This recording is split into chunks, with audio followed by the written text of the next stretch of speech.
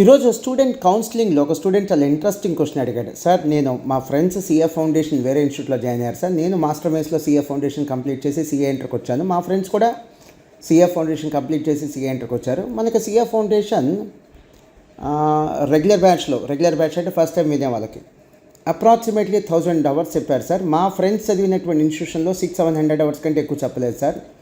ఏంటి సార్, మనం బట్టి పట్టిస్తున్నామా, మాస్టర్ బేస్లో బట్టి పట్టిస్తున్నారా, మగప్ చేయిస్తున్నారా అంటే చెప్పాను.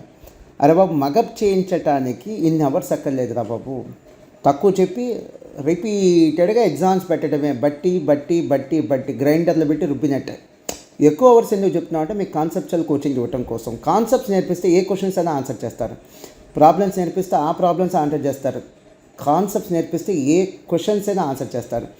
ఇంకా ఆ స్టూడెంట్కి ఏం చెప్పానంటే, మార్కులు ఏముందిరా, మొద్దోళ్ళకు కూడా వస్తాయి, మొద్దుగా జరిగితే కూడా మార్కులు వస్తాయి. బట్ నాలెడ్జ్ కాన్సెప్చువల్ క్లారిటీతో చదివిన వాళ్ళకి కాన్సెప్చువల్ క్లారిటీతో చెప్పిన వాళ్ళకే సాధ్యమవుతుంది.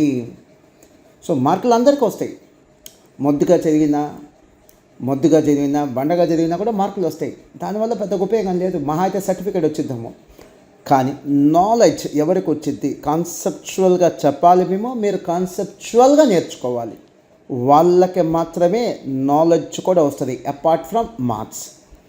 అండ్ మార్క్స్ మహా అయితే మీకు సర్టిఫికేట్ తెచ్చిపెడుతుంది. బట్ నాలెడ్జ్ మీకు సర్టిఫికేట్తో పాటు ఒక బలమైన కెరియర్ని కూడా తెచ్చిపెడుతుంది, ఒక స్టేబుల్ కెరియర్ని కూడా తెచ్చిపెడుతుంది. ఈ రెసెషన్ అంటారు, రెసెషన్లో ఉద్యోగాలు పోయినాయి. అందరి పోవేంటి, కొందరు ఎందుకు పోతాయి? ఎవరైతే నాలెడ్జ్ తక్కువ ఉంటుందో, పర్ఫార్మెన్స్ తక్కువ ఉంటుందో వాళ్ళవే ఫస్ట్ ఉద్యోగాలు పోతాయి.